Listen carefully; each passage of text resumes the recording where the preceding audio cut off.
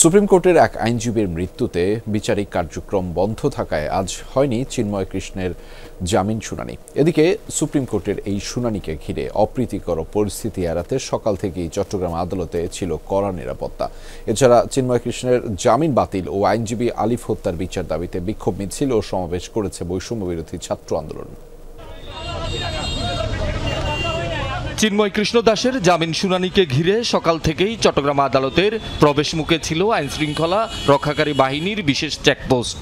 বিচারক, জেলা প্রশাসনের কর্মকর্তা কর্মচারী কিংবা অসুস্থ বিচার প্রার্থী ছাড়া সবাইকেই আদালত চত্বরে পৌঁছাতে হয়েছে পায়ে হেঁটে। আদালতের বিভিন্ন পয়েন্টেও ছিল পুলিশের উপস্থিতি। হঠাৎ এমন কড়াকড়িতে কিছুটা আতঙ্ক ছড়ায় আদালত ভবনে আসা সেবা প্রার্থীদের মাঝে। পুলিশ আমাদেরকে নিচে নামাই দিছে, বলছে যে এখন যাইতে পারবেন না এতটুকু।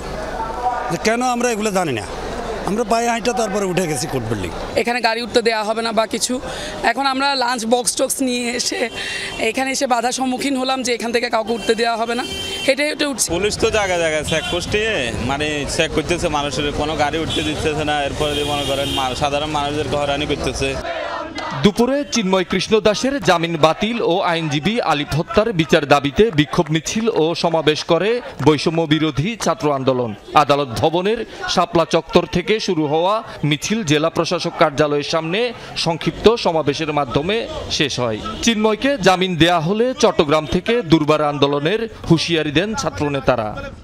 পূর্ণ একটা বাংলাদেশকে অস্থিতিশীল পরিস্থিতি করতে চাইছিল এই ইসকন নিষিদ্ধ সংগঠন। এই ইসকন নিষিদ্ধ সংগঠনের মুখপাত্র হচ্ছে যে এই চিন্ময় কৃষ্ণ। এরকম একটা খুনিকে, এরকম একটা ভারতের র এজেন্টকে যে এখনো পর্যন্ত এই মামলায় আটক করে নাই, এই মামলায় তারে কোনো চার্জশিট করে নাই, এটা আমাদের জন্য দুঃখের বিষয়।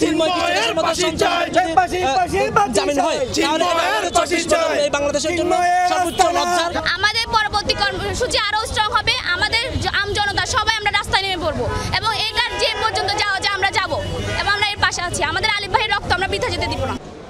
এদিকে সুপ্রিম কোর্টের এক আইনজীবীর মৃত্যুতে কোর্টের বিচারিক কার্যক্রম বন্ধ থাকায় এদিন চিন্ময়ের জামিন শুনানি হয়নি।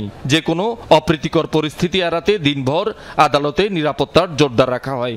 কোনো স্যাবোটেজ করতে না পারে কোর্ট বিল্ডিংয়ে এবং আশপাশের এলাকায়, সেই জন্য আমরা বিভিন্ন ধরনের চেকপোস্ট করে আমরা যাতে কোনো খারাপ লোক, কোনো সন্ত্রাসী, কোনো খারাপ ব্যক্তি যাতে আসতে না পারে।